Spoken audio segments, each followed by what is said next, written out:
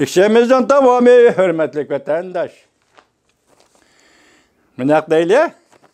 Bugün çislağa 2021 yıl 1. ayının 22. günü. Beycan'ın alimi şundak dedi.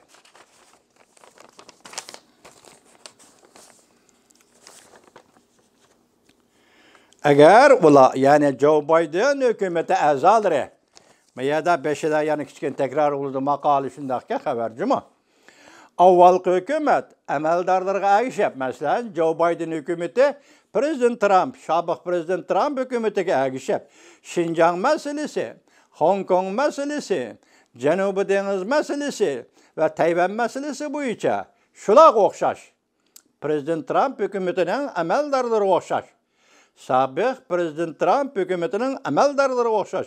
Hareket kılıdığan bolsa. Biz avvalki Amerika hükümeti emeldarlarını imborga kılganımızga okşaş. Bu ketimki Prezident Joe Biden hükümetinin emeldarlarını mı okşaşlı imborga kılalayımız demekçi boldu. Beijing düşünür cüret bağımı ya bu siyasi taktiki mi vatandaşlar? Öylap kırmızda ha? Mundak aytqanda agar Prezident Joe Biden hükümeti Şinjan meselesi, Hong Kong meselesi, Tayvan meselesi boyunca yanıla sabık Prezident Trump'ның siyasetini davamlaştırırken bu toğrda şindinli mundak hesapladı.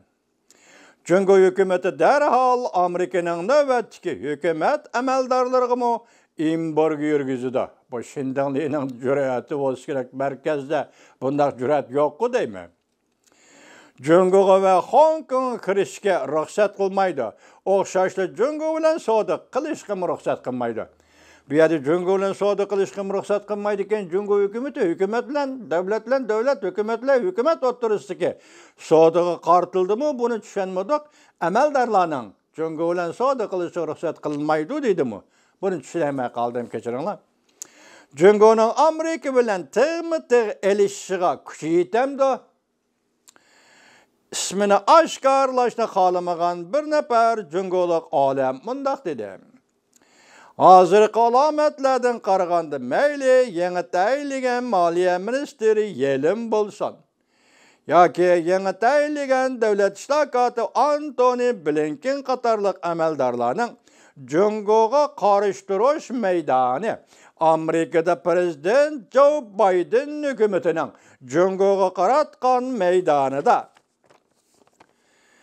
yumşap gitiş hadisinin yüz bermeydiğallıqıga vekillik kılalaydı. Bunu təhlilçiler davat edici mi?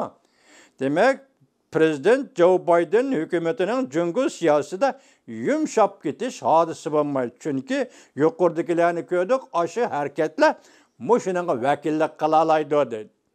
Şunlaşka bu alim mundak hesapladı. Cungu avval muş etip qattiq imborga qilish vositalarini o'ttirga elib chiqdi. Keyin Prezident Biden hükümetinin qattiq qarshi turishini keltirib chiqardigan bo'lsa, balki Cungu hükümeti endi bu qatam put terab turolmaydi. Beijinglik olim mundaq hukm qildi. Amerika ovoziga so'zlayotdi Beijinglik olimjimi? Amerika Cenubi Deniz meselesi, Şinjan meselesi, Hong Kong ve Tayvan meselesideki qattiq meydanıda çıngtirib davamlaştırsa mı Cungu yanıla qattiq qo'l bo'lolmaydi. Bu siyasetlerini Tayvan Şinjan siyaseti Amerika yürgüzüverse mi Cungu yanıla qattiq qo'l bo'lolmaydi Amerikaga. Ve nöbetki Amerika emeldarlarını imborga kılalmaydı. Başta 28 nefer sabık hükümet emeldarları imborga kıldı. Hazır Joe Biden prezident hükümeti emeldarlarını mı imborga kılalaydı dese bu eşip ketken gep buldu. Şunu bir yerde imborga kılalmaydı hazır hükümetlik edeydi. Çünkü Cungu bunu da kilip çıkardıgan Cungu Amerika diplomatik münasebetini üzüşten ibaret akıbetini öddige alalmaydı. Bu alem tanqid qilib mundaq ko'rsatdi. Cungu'ni tanqid qilib mundaq ko'rsatdi. Nəhayət eniqki, Cüngo bu yerdə elişiş təlimatını yaxşı öyrənməyən. Dövlətlə dövlət elişiş, adamlar özara elişiş deyilən bir təlimat bolsa, Cüngo bu təlimatı yaxşı öyrənməyəndir. O təhlil qılıb mındaq dedi. Elişiş, sən kilsən, mən barəmən. Yəni sən bir nima deysən, mən bir nima deymən deganlikdir. Cüngona bu qatam Amerika əməldarının imborga qilishi bir qatimliq elişish tərəfindən belgilangan siyosatdir. Demək 28 nafar kishini imborga qildi. Cüngo hukumati elişiman dedi, shundaq prinsip bilan belgilangan imborga qilishdir deydi. Siyosatdir. Men bir imborga yurgizib achchig'imni chiqarib olay deganlikdir. Cüngoluklar o'ylamadi ki, agar Amerika bunga javob qaytaradigan bo'lsa, Cüngoluklar puttirab tura olamdi. Bu ishlar diplomatiya savodining nihoyatda tuvan ekanligini ko'rsatib turdi. Cüngolukning diplomatiya savodining nihoyatda tuvan ekanligini ko'rsatib turdi. Tadqiqotchi Xexalli Amerika ovoziga mundaq dedi.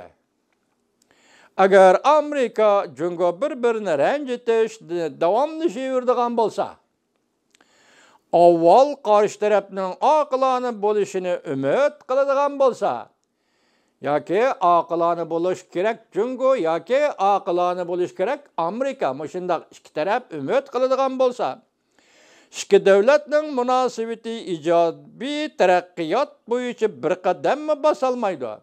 Bundaq qilish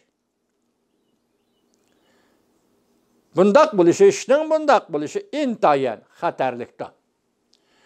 O mundaq ko'rsatdi.